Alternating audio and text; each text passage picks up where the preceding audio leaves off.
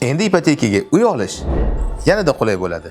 Videoni oxirigacha ko'ring, hozir tushuntirib beraman.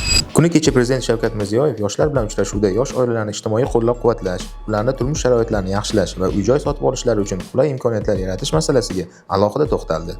Va davlat rahbari yoshlar uchun eng avvalo uy-joy zarurligini ta'kidlab o'tdi.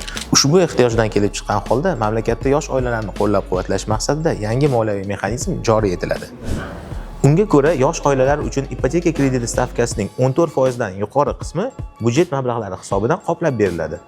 Ya'ni bu degani, agar Tijorat banki tomonidan taklif qilinayotgan kredit stavkasi 14% dan yuqori bo'lsa, ushbu foiz va amaldagi stavka o'rtasidagi farqni davlat o'z zimmasiga oladi. Bunday imtiyoz albatta yosh oilalarning moliyaviy yukini sezilarli darajada yengillashishiga xizmat qiladi. Ushbu videoni uy olmoqchi bo'lib yurgan yosh oilalarga yuborib qo'ying va agarda siz qulay lokatsiya, infratuzilmaga ega bo'lgan, ko'chib kirishga tayyor, ta'mirlangan kadastrli xonadonlar qidirayotgan bo'lsangiz, Tavra qurilish kompaniyasidan Toshkentning Qumariq mahallasida mahalliy aeroport yaqinida qurilayotgan yangi xonadonlarni tavsiya etamiz. Hoziroq quyidagi raqamlarga murojaat qiling yoki sotuv ofisimizga kelib, o'zingiz uylarimizni ko'ring. Shoshiling, uylar har kuni sotilib ketmoqda.